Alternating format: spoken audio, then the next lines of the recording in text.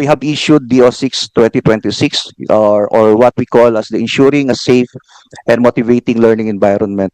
So these DO, Mr. Chair, already outlined some of the adjustments in terms of security measures, which include and not limited to the installation of CCTVs and other security measures like the additional provision of security guards in our schools and the use of other equipment like metal detectors and to institutionalize our process of searching, no, yung bug search po natin, Mr. Chair. However, we do recognize that mayroon pa hong limitation insofar as DepEd or the schools are concerned. Related to this, Mr. Chair, we have conducted an audit on where we are right now in terms of the implementation. And based on our audit, we are only around about 36% in terms of the compliance of our schools. But ang maganda po dito, Mr. Chair, doon sa 36%, mostly these are the schools that are located in the hotspots areas, no? That would be including schools that are located in the highly urbanized areas. Yusek, when you say 36% ang compliant, 36% yung merong security measures. Meron pong CCTV, Okay. and then meron po kaming audit. We will Yes, be could submitting you- to the committee also the audit. Maybe so we can flesh out this part because ito na yung meat of the bill, no? Maybe you can give us you can just read the audit.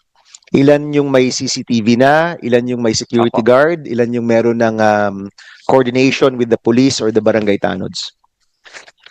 So, doon po sa ating CCTV, so as I have mentioned, 4 out of 10 schools have already installed CCTVs, around 36.2%.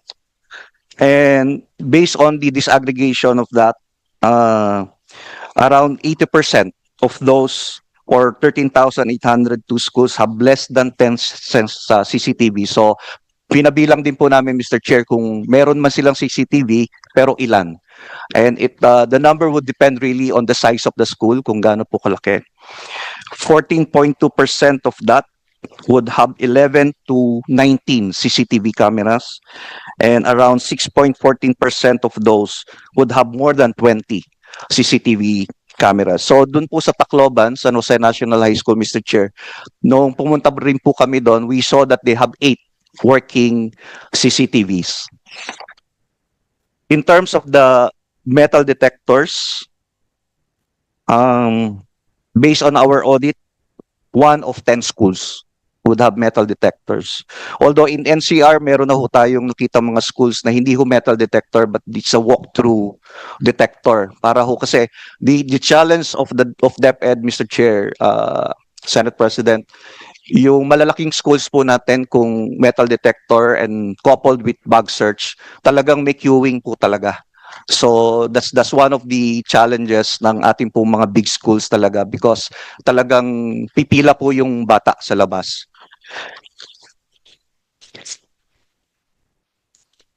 Yusek, let me go into some detail. Of course, if the Senate President has questions, he can just go ahead, no?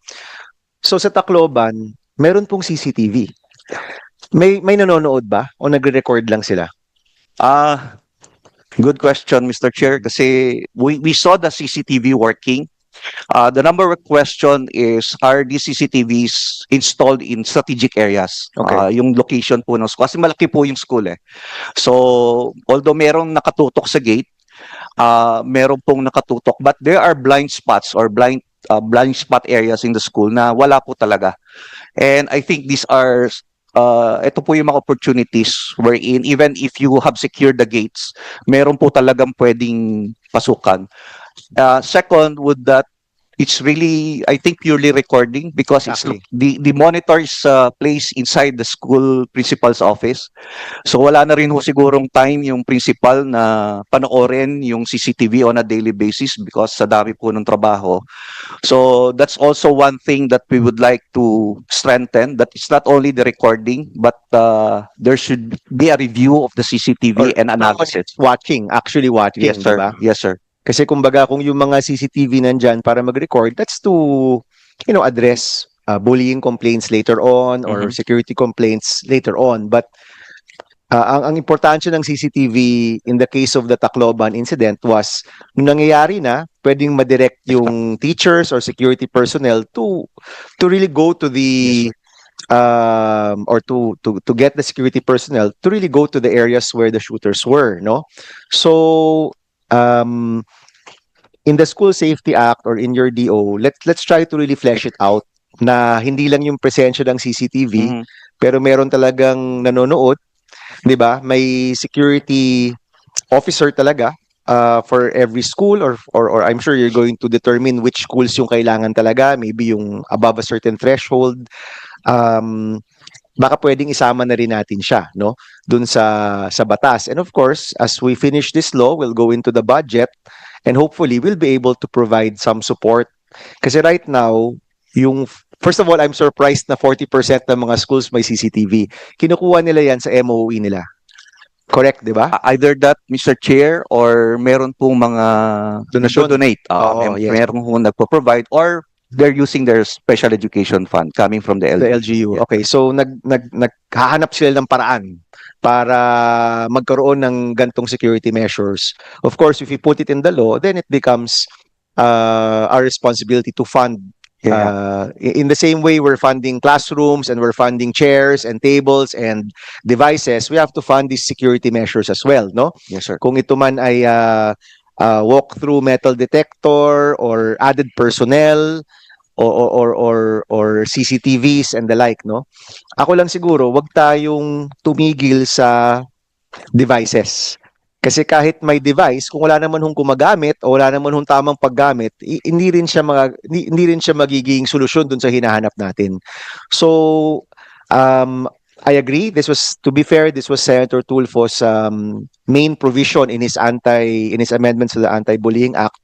So, maglagay tayo ng CCTV, pero maglagay rin tayo ng kaakibat na manpower na gagamitin to. Currently, wala tayong security officer per school, no? Is that in the plantilla or is that in the budget of our schools? Meron po ba?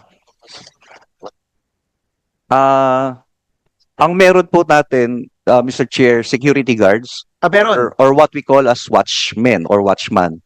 But the security guards would be basically manning the gates. Yes. And or probably if merong pong spare, ito po yung umiikot around the school, especially in the big schools that we have, Mr. Chair. So we have that in the budget already.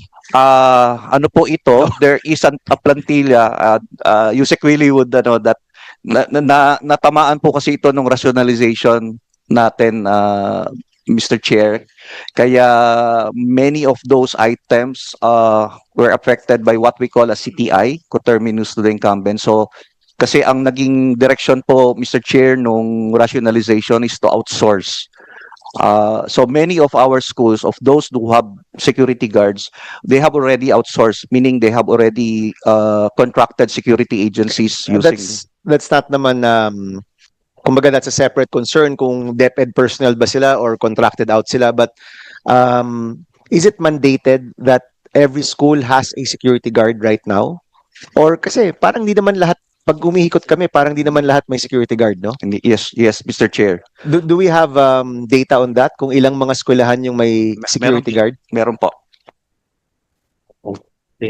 So, well, in terms of ratio, 3 out of 10 of our schools, Mr. Chair, would have security guards, but ano po yan, varying levels of security guard hiring po yon. So, around 31.7 overall, 31.7% or around 15,328 schools would have security guards. And yung pong funding source ng security guards natin would vary from the use of MOE. Meron po LGU provided. May PTA din po, PTA provided, or a combination of MOE, LGU, or PTA. So, basically, yun po yung profile natin on security guards. Again, Mr. Chair, when we say security guards, we cannot assume that these are the blue guards, no? Many of them would be falling under the classification of watchmen or watchman. Okay. So, one of the provisions that we want to include, apart from having security guards, is also the coordination with the PN